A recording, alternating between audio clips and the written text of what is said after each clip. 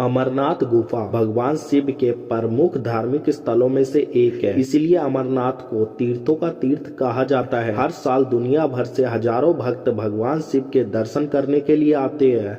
इस गुफा में 12 फीट ऊंचा प्राकृतिक शिवलिंग बनता है। ऐसा माना जाता है कि इस शिवलिंग के दर्शन करने से भगवान शिव की विशेष कृपा प्राप्त होती है। और आज हम अमरनाथ गुफा के बारे में आपको 5 ऐसी रहस्यमयी बातें बताने वाले हैं। अमरनाथ गुफा की लंबाई 19 मीटर और चौड़ाई 16 मीटर है। यह गुफा लगभग 120 फीट क्षेत्र में फैली हुई है और लगभग 11 मीटर ऊंची है। इस गुफा का महत्व प्राकृतिक शिवलिंग के निर्माण से नहीं बल्कि यहाँ भगवान शिव ने देवी पार्वती को अमरनाथ की कहानी सुनाई थी। इसलिए ऐसी मान्यता है कि भगवान शिव साक्षात अमरनाथ गुफा में विराजमान रहते हैं। इस गुफा में स्थित पर्वतीय पीठ 51 शक्ति पीठों में से एक है और ऐसी मान्यता है कि यहाँ भगवती सती का कंठ भाग गिरा था। और क्या आप जानते हैं कि कश्मीर में 45 शिव धाम, 60 विष्णु धाम, 3 ब्रह्म धाम, 22 शक्ति धाम, 700 नाग धाम और भी तीर्थ पर अमरनाथ धाम का सबसे अधिक महत्व है। और अमरनाथ में हैरान करने वाली बात तो यह है कि अमरनाथ शिवलिंग की ऊंचाई चंद्रमा के घटने बढ़ने के साथ साथ घटती बढ़ती रहती है। पूर्णिमा के दिन शिवलिंग अपने पूरे आकार में होता है, जबकि अमावस्या के दिन शिवलिंग का आकार कुछ छोटा हो जाता है।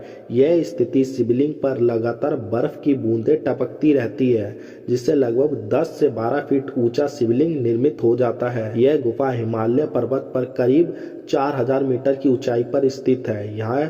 यहाँ चारों ओर बर्फीले पहाड़ दिखाई देते हैं। शास्त्रों के अनुसार इस गुफा में भगवान शिव ने माता पार्वती को अमरनाथ की कहानी सुनाकर इसका रहस्य बताया था, परंतु अमरनाथ की कथा सुनने के लिए समस्या यही थी कि कोई अन्य जीव इस कथा को ना सुने। इसलिए भगवान शिव ने 5 तत्व पृथ्वी, जल, वायु, आकाश और अग्नि का परित्याग करके पर्वतमालाओं में पहुंच गया और अमरनाथ की कहानी पार्वती जी को सुनाई। पार्वती के साथ इस रहस्य को कबूतर ने भी सुन लिया था। यह कबूतर बाद में सुखदेव ऋषि के रूप में अमर हो गए। अब बात करते हैं पौराणिक कथाओं के अनुसार भगवान शिव ने गुफा तक पहुंचने के लिए पहलगाम मार्ग लिया था। जब भगवान शिव ने अमृत कथा सुनाने के लिए पार्वती को गुफा में ले जा रहे थे तो उन्होंने पहले इस स्थान पर अपना वाहन नंदी को इस जगह पर छोड़ दिया था। इसलिए इस जगह को पहलगांव कहा जाता है।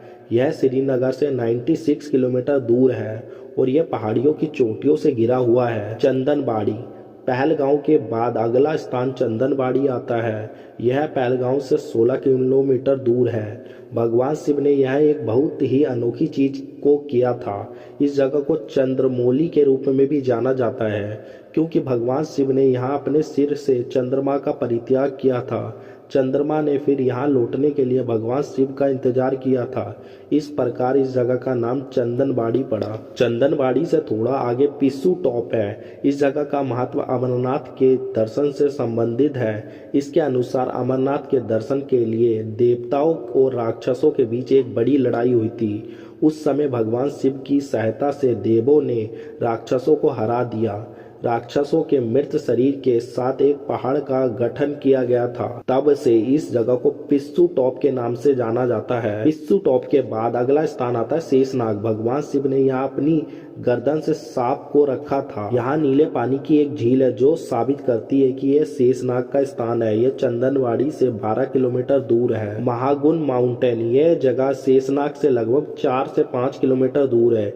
यह 14,000 फीट की ऊंचाई पर है। ऐसा माना जाता है कि भगवान शिव ने यहाँ अपने प्रिय पुत्र गणेश को यहाँ छोड़ दिया था। इस जगह में कई झरने और सुंदर दृश्य है। पंचताड़नी, यह महागुन माउंटेन से 6 किलोमीटर दूर है। यह 12,500 फीट की ऊंचाई पर है। ऐसा माना जाता है कि भगवान शिव ने यहाँ अपने 5 पंचभट्टों का त्याग किया था, यानी पृथ्वी, जल, वायु, आकाश और अग्नि। यहाँ 5 नदियों के संगम है। ऐसा माना जाता है कि यहाँ 5 नदियां बहती है जो भगवान शिव की जटाओं से निकलती है। अमरनाथ गुफा, ये अंतिम स्थान है। अमरनाथ गुफा 13,500 फीट की ऊंचाई पर स्थित है।